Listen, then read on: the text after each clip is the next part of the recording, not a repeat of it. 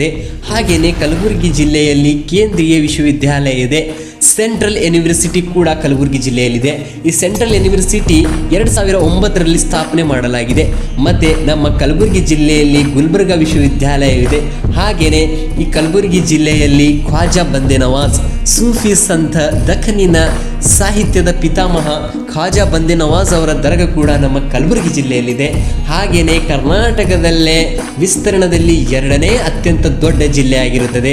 ಹಾಗೆಯೇ ಪ್ರತಿ ಕುಟುಂಬ ಬ್ಯಾಂಕು ಖಾತೆಯನ್ನು ಹೊಂದಿರುವಂತಹ ಕರ್ನಾಟಕದ ಪ್ರಥಮ ಜಿಲ್ಲೆ ಆಗಿರುತ್ತದೆ. ಹಾಗೆಯೇ ಕರ್ನಾಟಕದಲ್ಲಿ ಅತ್ಯಂತ ಹೆಚ್ಚು ತೊಗರಿ ಬೆಳೆಯುವಂತಹ ಜಿಲ್ಲೆಯಾಗಿದೆ. ಈ ತೊಗರಿ ಬೆಳೆಯುವುದಕ್ಕೆ ಇದಕ್ಕೆ ಪ್ರಸಿದ್ಧಿ ಹೊಂದಿದ ಕಾರಣ ಈ ಕಲಬುರಗಿ ಜಿಲ್ಲೆಯಲ್ಲಿ ತೊಗರಿ ಬೆಳೆ ನಿಗಮ ಕೂಡ ಸ್ಥಾಪಿಸಲಾಗಿದೆ. ಕೇಂದ್ರ ಕಚೇರಿ ಕೂಡ ಇರುವುದು ನಮ್ಮ ಕಲಬುರಗಿ ಜಿಲ್ಲೆಯಲ್ಲಿ.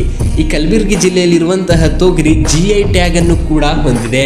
ಮತ್ತು ಕರ್ನಾಟಕದಲ್ಲಿ ಅತ್ಯಂತ ಹೆಚ್ಚು ಸಿಮೆಂಟನ್ನು ಉತ್ಪಾದಿಸುವಂತಹ ಜಿಲ್ಲೆ ಯಾವುದಂತಂದರೆ ನಾವು ಹೇಳಬೇಕು ಕಲಬುರಗಿ ಜಿಲ್ಲೆ ಅಂತ. ಮತ್ತು ಕಲಬುರಗಿ ಜಿಲ್ಲೆಯಲ್ಲಿ ಸನ್ನಿಧಿ ಶಾಸನ ಕಂಡು ಬರುತ್ತದೆ.